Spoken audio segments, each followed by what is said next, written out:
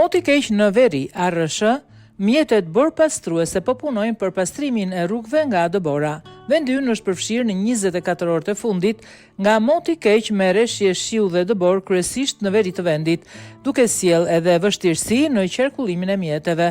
Autoriteti rrugor shqiptar bëri të ditur se gjatë ditës kanë filluar rreshje dëbore në veri të vendit. Sipas ARSH, rreshje bore ka pasur në Bog, Theth, Puk, Fusharës, Kukës, Ura Zapodit dhe në Qafmali.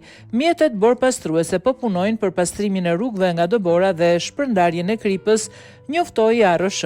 ARSH apelon drejtuesit e mjeteve të bëjnë kujdes të shtuar për shkak të lagështisë në rrugë, të pajisen me goma dimërore dhe zinxhir kur udhëtojnë për në zonat malore me prezencë dëbore.